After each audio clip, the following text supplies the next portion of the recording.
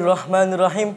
Assalamualaikum warahmatullahi wabarakatuh. Alhamdulillah. Alhamdulillahilladzi arsala rasulahu bil huda wa dinil haq. Yudhhirahu 'alad dini kullihi wa kafa billahi syahida. Asyhadu an la ilaha illallah wahdahu la syarikalah wa asyhadu anna Muhammadan abduhu wa rasuluh. Amma ba'du. Pertama-tama, marilah kita panjatkan rasa puja dan puji syukur kita atas kehadiran Allah Subhanahu wa taala yang telah memberikan kita semua hidayah serta kenikmatan yang berupa kesehatan sehingga kita sampai saat ini bisa mencium aroma-aroma berkah di bulan Ramadan dengan keadaan sehat walafiat. Amin, amin, ya rabbal alamin. Kedua kalinya, tak lupa selawat dan salam semoga tetap curahkan kepada junjungan Nabi besar kita Muhammad sallallahu alaihi wasallam, akhirul anbiya wal mursalin, yang telah membimbing kita dari jalan yang gelap gulita menuju jalan terang benderang, dari zaman jahiliyah menuju zaman Islamiyah, yakni agama Islam.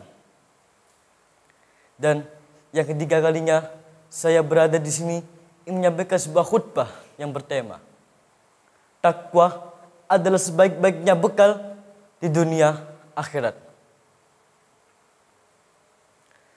Saudara-saudaraku sekalian, seiman seperjuangan, kita juga sama-sama telah tahu bahwa apa tujuan kita hidup di dunia ini, yaitu kita yang melaksanakan atau menaati yang diperintahkan oleh Allah Subhanahu wa taala dan Rasul-Nya, serta menghindari apa yang diperintahkan atau dilarang oleh Allah Subhanahu wa taala dan Rasul-Nya. Dan yang menjadi sebuah pertanyaan adalah berapa banyak kemaksiatan ataupun kejelekan yang pernah kita lakukan, ataupun berapa banyak dosa yang akan kita tanggung kelak nanti.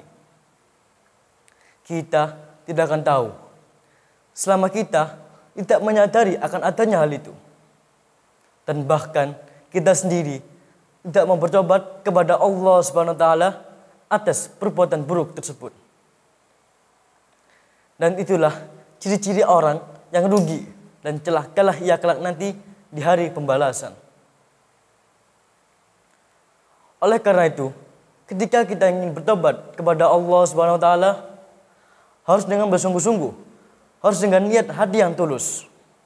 Karena agar kita terhindar dari siksaan yang Allah berikan kepada kita di alam kubur maupun di alam akhirat kelak nanti.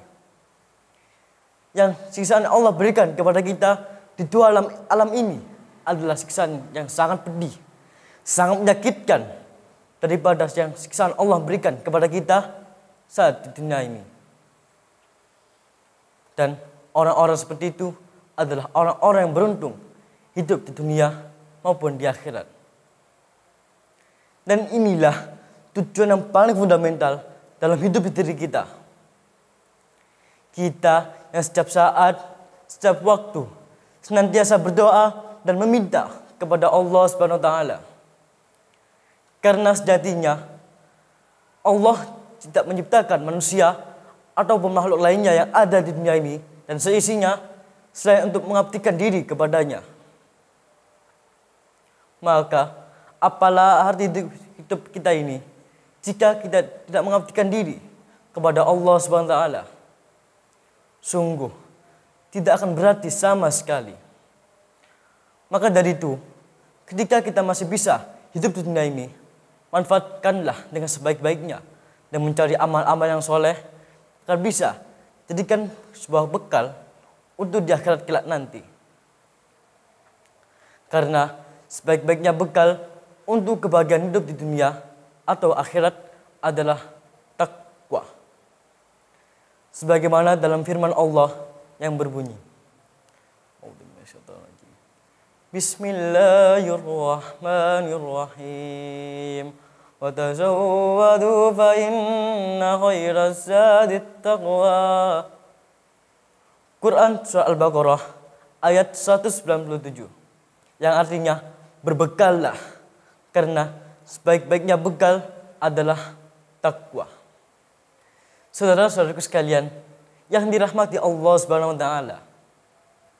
Kenapa takwa yang paling baik untuk kita sebagai bekal kebahagiaan di dunia maupun di akhirat? Karena orang-orang yang bertakwa kepada Allah Subhanahu wa taala adalah orang-orang yang selalu melakukan perbuatan-perbuatan yang amat baik dan bermanfaat bagi dirinya sendiri maupun bagi orang lain. Dan orang-orang yang bertakwa juga menghindari apa yang dilarang oleh Allah SWT yang akan merugikan dirinya sendiri maupun orang lain. Dan itulah ciri-ciri ataupun pengaruh besar bagi orang-orang yang bertakwa kepada Allah SWT.